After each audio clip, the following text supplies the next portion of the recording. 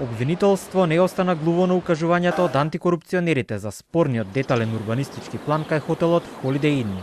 Отворена е предистражна постапка и веќе се собираат докази за сомнежите дека повеќе службени лица, помеѓу кои и двајца поранешни градоначалници на општината Центар, од 2009 до 2013 година и од 2013 до 2017 година, од позиција на моќ не постапували и овозможеле да биде изгласан спорен дух, кој не е во согласност со генералниот урбанистички план.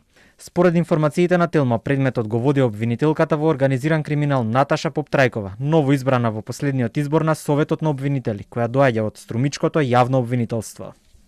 Предметот за кој покажувате интерес е во предистражна постапка. Надлежниот јавен обвинител од основното јавно обвинителство за гонење на организиран криминал и корупција активно постапува, кога ќе можат да се споделат повеќе детали, што не пречат на постапката, јавноста ќе биде навремено информирана.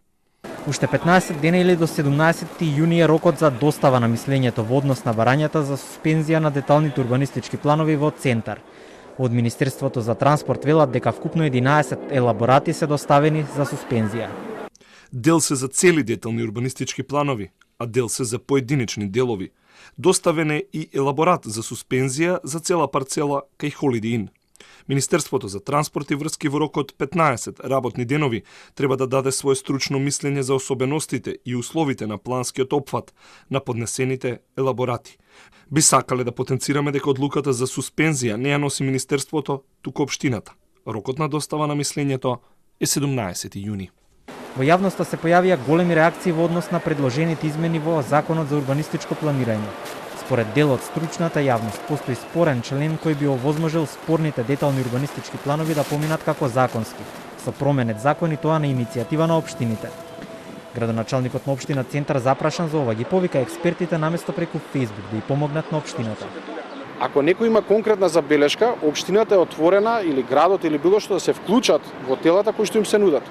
Ама треба да се вклучат и со реална аргументација да докажат тоа што го тврдат не само по Facebook и по медиуми. Со новиот закон, со новиот измени само ќе ни се придонесе што побрзо да ни одат рековите, односно да не може по 100 пати да се враќа кај планер, па да ни постапа, па да не ни постапа, па во институција, па институцијата имала некој тука или немала, па денес има една забелешка, не еднаш треба да се кажат забелешките, за да може што побрзо да го донесеме планот. Претходно антикорупцијска изготви извештај во кој детално образложија што тие истражиле околу целиот овој случај. Председателката на комисијата, која реферираше за извештајот, кажа дека планерите, иако знаеле дека деталниот урбанистички план како планот пониско ниво мора да биде усогласен со генералниот, сепак предвиделе поголема густина на населеност. Спротивно на тоа што било предвидено во генералниот урбанистички план од 2002 година, кој тогаш бил во важност.